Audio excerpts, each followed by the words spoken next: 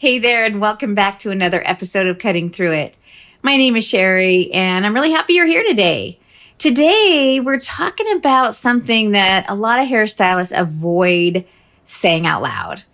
Money, income, how much you're making behind the chair. And usually when we're asked how's business, we're pretty vague. We'll say, hey, I'm doing okay. And we all usually answer that, but a lot of times I know what's actually happening a lot is that you say you're doing okay and you're thinking, well, most days I'm doing okay, but it's not what's actually happening all the time. And you're not making the income that you really want. And a lot of times we're saying everything's okay. And you're thinking in your back of your mind, I'm so glad I did this month because I was really worried. And you're thinking, am I going to make it next month? Which brings me to a question that we ask ourselves a lot of times, and I'm sure you've asked yourself this. And this is the reason for this episode, is I want you to know the answer to this. The question is like, am I really cut out to be a hairstylist? Can I ever make the money that I see so many other hairstylists making? Am I ever going to be successful at this? And my answer to you is yes. Yes, you can. These days I work 2 days a week behind the chair. And I make just below 6 figures a year. Those 2 days, I only work 5 or 6 hours each day. And, I don't say that for any other reason except that didn't just happen. It didn't happen by accident. It happened because at one point in my career, I was asking myself that question. And I made one specific shift that I made that made all the difference. And today, I'm going to walk you through exactly what that was and what it can look like for you too. So grab your coffee and let's dive in. Hey there, and welcome to Cutting Through It. I'm Sherry Brody, and after more than 40 years working behind the chair, rebuilding my business multiple times, making plenty of mistakes, and learning some hard lessons along the way, I've discovered what really works when it comes to building a successful business working behind the chair. That's what this podcast is all about. This is where I share those lessons with you. All my stories, my successes, my failures, and the things, most of all, that I wish someone had taught me when I was starting out. My hope is that what I've learned can help you avoid some of the struggles I faced, build your business a little faster, and create a career behind the chair that you truly love. So if you're ready to learn from my successes, my mistakes, and everything in between, you're in the right place, my friend. Let's dive in. So before we get into it today, if you haven't grabbed it yet, I want you to go sign up for the free workshop I created. It is all about how I went from a completely empty chair and became fully booked within 6 months. And that I share with you the 3 things that I did that made the biggest impact. And it's completely free, no strings attached. So if you're interested in that, I encourage you, if you're building your business and you are really needing more clients in your chair, I encourage you to go over there and grab it. Just head on over to onpointhairbySherry, SHERRI.com/ from empty to fully booked workshop. You'll find the link in the show notes as well. So don't worry if you can't remember that. So many years ago, when I opened my very first salon, I didn't have a plan in place at all. All I had was a dream, and I had a lot of hustle in me. I saw this salon, and my partner, my husband at the time, he could see the sparkle in my eye, and I saw this salon. I loved the location, and all I had was this dream of this beautiful salon. I knew how to work hard, and we ended up buying it. And within a couple of years, we were doing everything we could. We got stylists in the door. Soon we were working, getting those stylists going. What ended up happening after a year or two, we were working every hour that we had possible. I mean, every hour. At the end of the month, oh my gosh, we would just be relieved that we even broke even. I mean, this went on for a few years. And I kept telling myself that, wow, the salon's doing great. I mean, I just told myself that being busy meant I was doing something right. I that's what I thought. But I was a mom too. And, I was training all the stylists. I was working a full book behind the chair, doing everything. And there came a point where I hit a wall. I mean, I hit it hard. I was so burnt out from working so much behind the chair myself. And at the same time, the rest of the business was actually growing beyond what I could keep up with on my own. I mean, that is like the grace of God. I mean, it was just at this point that I was at, I had only worked in a commission salon where I met my husband at the time. And, we just jumped in with both feet, and the training of the stylist, that just came intuitively for me. Like, I just really wanted them to be successful. And so I started training, and we were just doing all the things. And by God's grace, we were making our bills. We were paying our home bills. Everything was right. But inside, I was dying. I was like so burnt out. I was missing out time with my family. I was grumpy. I wasn't loving going to work anymore. And I knew at that point that something had to give. But I didn't want to give up my salon. No way. But something had to give. And so that was a point in my career where we brought in a business coach. We paid for a coach and spent we invested in education. I always believe in investing in education for yourself. And this time was the first time that I invested in business. And I can't go into detail about every single thing that happened, but I'm going to share with you the one simple thing that changed everything for us. Our coach, he sat us down. We went through all this stuff. It was actually a group coaching. It wasn't like a one-on-one coaching. What I learned in there is that he taught us that to actually look at our numbers instead of just feeling our way through the month. And when I talk about looking at numbers, I mean, this was the first time like we really looked at the different income aspects of the salon and what was coming in and what was going out. And what we found, oh my gosh, it surprised us so much. I mean, one of the things that was great on a positive note was that we were doing better than I even realized. I just couldn't see it because we had our personal money and our business money. They were all kind of tangled together and everything just felt stretched so thin. And we were taught that we needed, separate everything. Once we separated the two and we started actually breaking down what we were spending on product, what our retail sales were really bringing in, and where money, most importantly, one of the biggest things we found was where money was quietly slipping through the cracks. Once we got a handle on all this, everything changed for our business. We ended up building a real plan. We set money aside for savings, money aside for retirement. And we had a plan and we had a purpose every single month. And it didn't just happen overnight. I mean, it took us a few months to get going with this. But once it got going, that feeling that I was feeling, it was starting to pass. I was able to step back from behind the chair and work a few days a week while working on my business and being more present for the things I needed to do to grow my business. And that was something that I never even thought was possible. I didn't even know. And that discipline that I learned is the reason I've been able to scale back to the schedule that I have today. 2 days a week, making just below 6 figures a year. And like I said, it didn't happen by accident. I didn't get here by hoping it would work out, by living month to month. I got here because I finally understood my numbers well enough to make the right decisions about what I wanted in my life behind the chair to look like. So I want to give you a couple of things to take away from this episode that helped me back then that I'm hoping will help you now. And that is, number one, separate your business money from your personal money.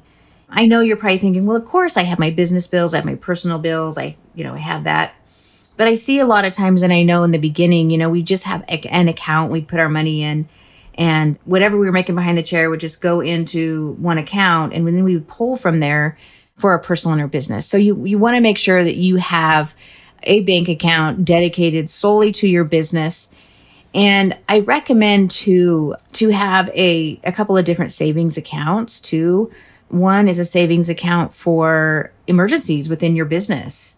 You want to have that so that if something comes up that you're not freaked out over it, and you start putting money away for that. And sometimes, guys, I know you might be thinking, I don't even know how I pay my personal bills, but even just having a discipline of saying, pretending it's a bill and putting $5. We all get tips. We all get if you add up how much a Starbucks costs, I guarantee you go get a Starbucks. Those are up $5, $7, $10 for a coffee now. What would happen if you took that coffee money and put it into a savings account for your business so that you have it there for those emergencies? And having an actual separate business account where you're drawing from to put in your personal really helps you really get clear on what your business is bringing in. So if you haven't done that, and some of you may be thinking, well, duh, I've done it. But not all of us think about doing that. And it's so important to do that. But it helps you to understand exactly where you're at number-wise. And this felt kind of overwhelming sometimes for me when I first had to, a big salon is very different from renting a chair or a salon suite. I had employees and stuff. So, and for some people, you just don't want to deal with it, but you can get somebody to a bookkeeper. That's what bookkeepers are for. You can invest in a coach to help you, figure all this out. So, you don't have to do it alone. There's a lot of people out there that help you with this. And I would encourage you, if you are, maybe you were like me, you're making your bills at home, you're making your bills at work, but for some reason you aren't getting ahead and you're not saving and you're not, if something happens, you're stressed out because you don't have that extra savings account. Then what I'm going to tell you is that the money's going somewhere. And if you just invest a little bit, it's worth every penny to get a coach or someone to look at your numbers and really help you. Because when you really look at it and have somebody that knows how to do this and really shows you, it's crazy where you see where money you've been wasting. Just like I mentioned, the Starbucks or, drinks out on a weekend or whatever. It's shocking when you really take the time and you look at it.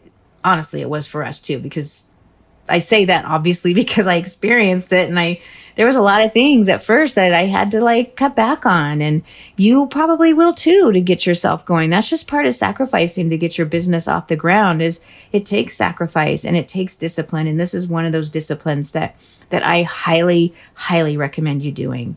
The second one is break your numbers down instead of looking them as one big picture. So what I mean by that is have if you can do an Excel sheet or some type of a graph each month. These are super simple to do even on Google. I'm not the best at this stuff, but I've had to learn it. But have a list of how much you're spending on product each month, on back bar, that kind of thing. What is that? What are you spending each month? After a few months, you really start getting a real picture of that. Your retail sales, huge, huge, huge. When I had my salon, this was one of the places that really helped us fill in the extra gap and the extra cushion that we needed to get was retail sales. And we did that just by simply, I always have educated my clients, but that was one part of my apprentice program and my stylist that I really honed in on more was teaching them to educate their client on whatever they're using, to not just put it in, but share with them, what they're using. And I would always have them set at least 3 products in front of the client so that they could see it and experience it. And, retail sales started going up because, this is the easiest way to make, fill in those gaps where you're losing money. Or if you're a stylist, it's I just need to bring in more income. It's not always about bringing more clients in. It's about working smarter. And this is what breaking your numbers down does for you. So the retail sales was a big one. So if you can break that down and see what you're making there, the whole point to it is just breaking it all down into separate categories instead of just one lump number. And why do I say do this is because often, you say you're breaking even. Like we said, we were breaking even all the time, but there was so much money that was leaking out that we didn't even know. Especially back bar. I mean, that was a big one. That was crazy how much back bar, we were wasting, and we were buying more color than we needed.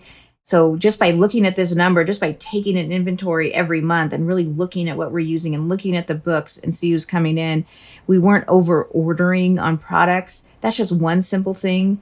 The other one is when you know how much you're bringing in for services and what each, like each individual service, like haircuts versus color, all that kind of thing, you can kind of hone in and see like where you kind of need to work on skill level wise to generate more income. And it helps you to also start thinking ahead. Like if you know your numbers and you know that you need to, your services aren't as much or your retail isn't as much, then you can start putting a plan in place to increase those sales. And by doing this, it gives you confidence in what you're doing and you have a plan. You're not just winging it and you're not worried about everything. Just having a plan and having disciplines, it just feels so good and it gives you so much confidence, because part of the burnout feeling and the frustrated feeling is just feeling like you're just kind of floundering and you're just kind of working on, well, fear. Isn't it fear that am I going to make it? That's not going to be productive. So by putting in place some of these things I'm talking about, you will start to feel confident and start realizing that you can attain that dream of financial freedom that you've been dreaming about, just like I have. And the last discipline that I just really want to hit home with is make savings and retirement a non-negotiable, not an afterthought. Just at some point, give yourself a number. As you grow in your business, it's going to change. But for now, you want to set aside a specific amount for savings and retirement every single month. But do it on purpose. It's not a matter of what's left over. The discipline here, like I'm sharing with you, it's a discipline. You have to treat it just like it's a bill. So you have to make sure like, okay, this is how much money. I don't care if it's $5. I don't care if it's $10. It's a discipline, and it makes you start thinking twice about the little extras that you get, because I am toward the end of my career working behind the chair. I'm living what I thought about all those years ago. I'm living it. And I'm only able to live it because of the disciplines that I put in place, that I followed through with this. And that's why I share it with you. If you're thinking in your head, well, I don't know where I'm going to get the money. I'm telling you, there's somewhere you can start putting money away, because it'll be here before you know it. So there again, make it on purpose. Make your savings for yourself and your future you. Your future you will thank you. Trust me. Don't make it about whatever is what is left of your income. There is something that I want to leave you with. I want you to really think about this, is that discipline here and now is what eventually buys you options. Think about that. That sacrifice that you're going to make of not purchasing that Starbucks or whatever it is that's what it's going to be that you're going to do. That's what discipline is. All right, you stay the course. You have a vision. You know what you want to do. And it's going to take discipline. It's going to take you saying no to some things. It's going to take you sacrificing a bit of your time. It's going to take some things that are not easy. But eventually that buys you options. Like me, I have the option of working a couple days a week. And maybe you're in a place that you want to work fewer days. And if you know your numbers, then you'll know when the decision is right to make it. Because you'll make it with confidence.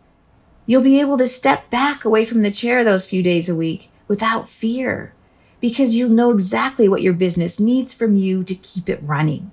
You'll know that where the money is. You'll know what you need to do to be able to do that. And how do you do that? You got to know your numbers. And when you know your numbers, then you'll be able to define to yourself what enough looks like for you. Then when you know that, then you can build your business toward that specific target, instead of just thinking, oh, someday I'll be able to cut back. Someday. Own your chair like a pro. It doesn't matter what type of salon environment you're in. That chair, that is your business. And when you start looking at it as a business, then you start making confident decisions to achieve the goals and the dreams that you have for yourself. And one day you're going to be sitting someplace, I don't know, maybe it's a beach somewhere with your favorite drink in hand and going, I did this. I'm here. I achieved it. And you did it because you ran your chair like a business. You did the disciplines that you needed to do to make your dream happen. If today's episode really hit home for you, Don't let it just be a nice thought you had in the car on the way to work. Go sign up for the free workshop where I share with you the top 3 things that I did to help me go from an empty to a fully booked chair within 6 months. Remember, the link is at onpointhairbysherry.com/from empty to fully booked workshop. That's where we go even deeper on building a business that actually pays you so you're not trying to figure this all out alone. Thank you for listening, and I will see you in the next episode. I hope this episode encouraged you today and reminded you that you're not alone behind the chair. And if it helped you, I'd love for you to subscribe, leave a review, or share it with another hairstylist who may need encouragement too. And remember, success behind the chair is built one client, one conversation, and one day at a time. I'll see you guys in the next episode.